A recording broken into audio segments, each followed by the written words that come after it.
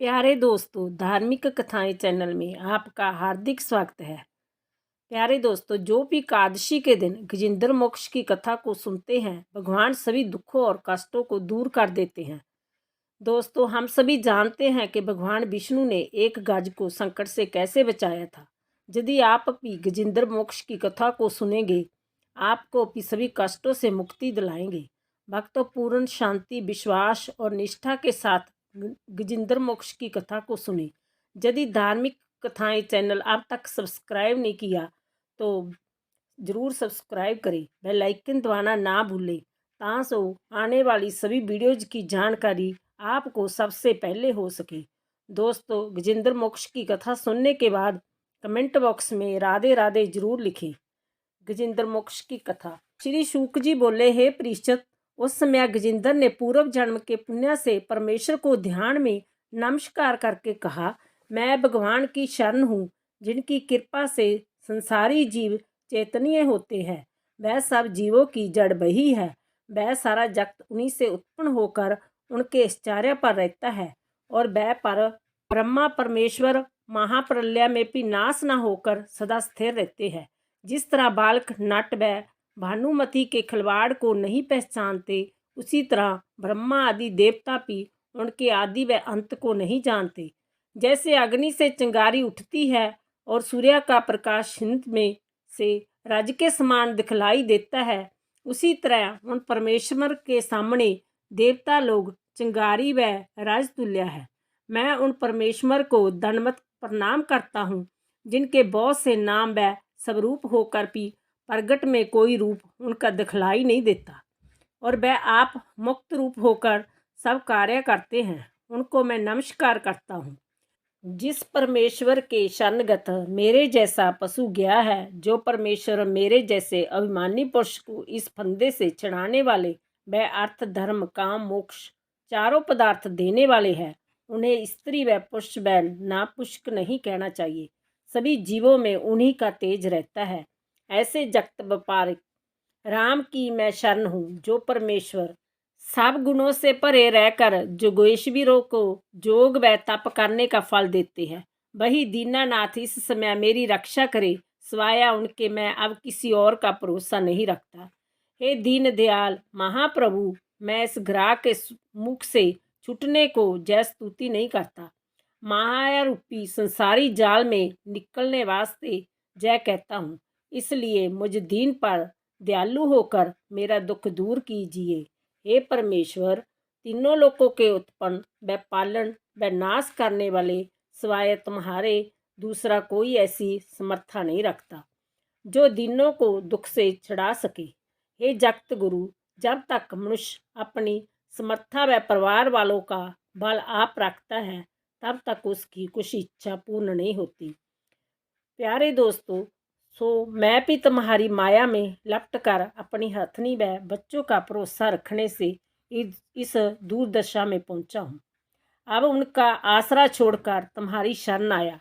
हे दीनानाथ, मुझे अपने मारने का कुछ भय न होकर केवल इस बात का अति सोच है कि संसारी लोग ऐसा कहेंगे कि गजेंद्र का दुख नारायण जी की शरण जाने पर भी नहीं छूटा। इस बात की लज्जा रखकर मेरा कष्ट दूर कीजिए, नहीं तो आपकी शरण में कोई नहीं जावेगा। आप अंतर्जामी से दिख क्या विनती करूं। हे परीक्षित, जय स्तुति सुनते ही परमेश्वर अंतर्जामी हरि अवतार ने गजेंद्र को महादुखी जानकर उसी समय सुदर्शन चक्र उठा लिया। वह गरुड़ पर बैठकर वैकुंठ से चली।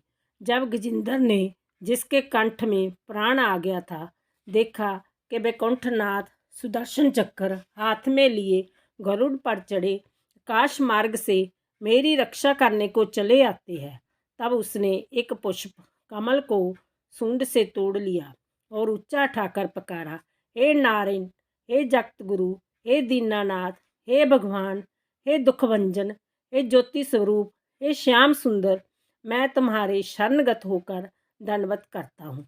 जल्दी मेरी शुद्ध लेवे। जैसे ही त्रिलोकीनाथ ने जय दीन वचन उस दुखियारे का सुना, वैसे ही सुदर्शन चक्र समेत गरुड़ पर से कूदकर पैदल दौड़े और वहां पहुंचते ही सुदर्शन चक्कर से ग्राह का मुख चीर कर मार डाला।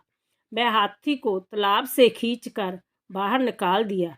श्री सुखदेव जी ने कहा, हे परीक्षित, जिस समय ग्राह मारा गया उस समय देवताओं ने आकाश से आनंदपूर्वक दुदुम्बी बजाकर फूलों की वर्षा हरि भगवान पर की और ऋषिवर आदि उनकी स्तुति करने लगे।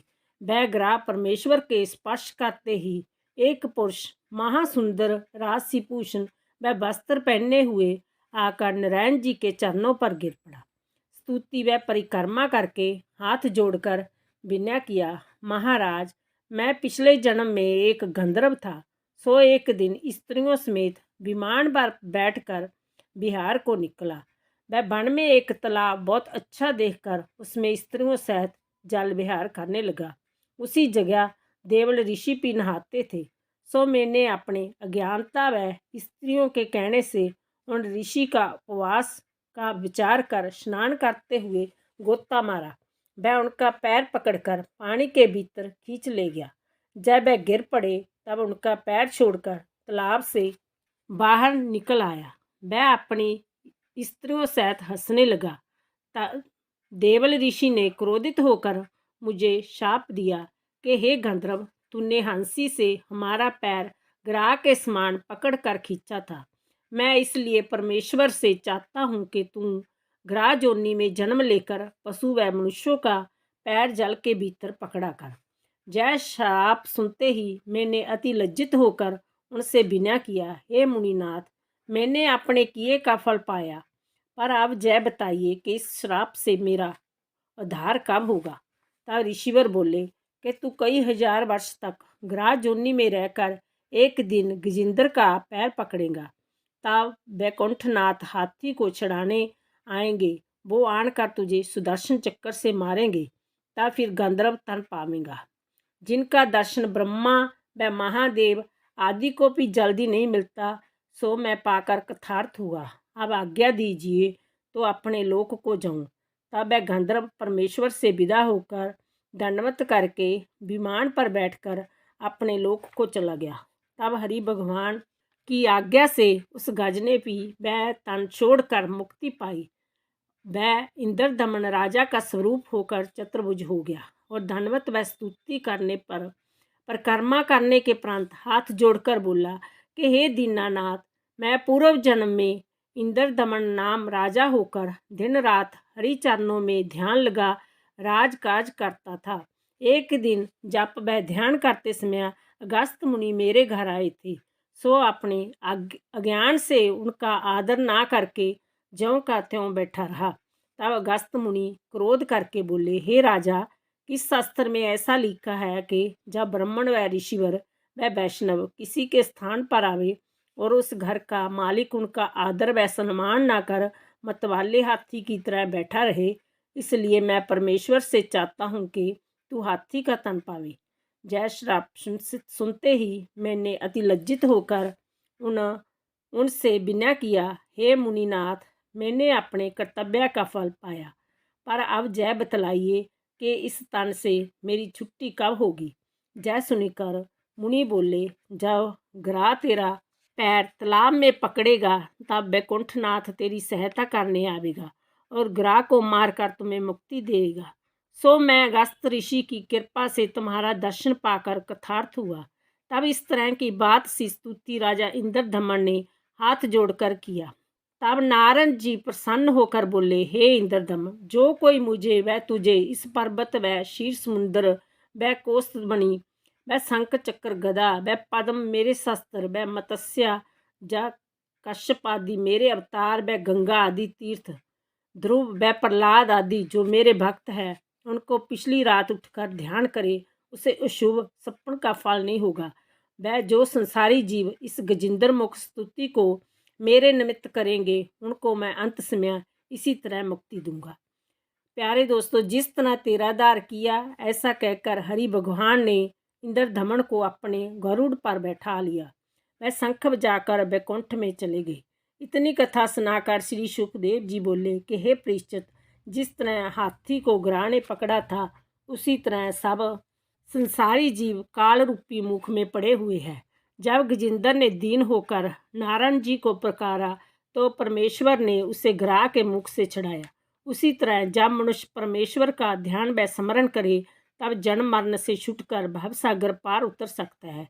वह जो कोई विपत्ति में गजेंद्र मोक्ष कथा का ध्यान करेगा, नारायण जी उसका दुख अवश्य दूर करेंगे। बोलो नारायण जी की जय। बोलो कृष्ण भगवान की जय। प्यारे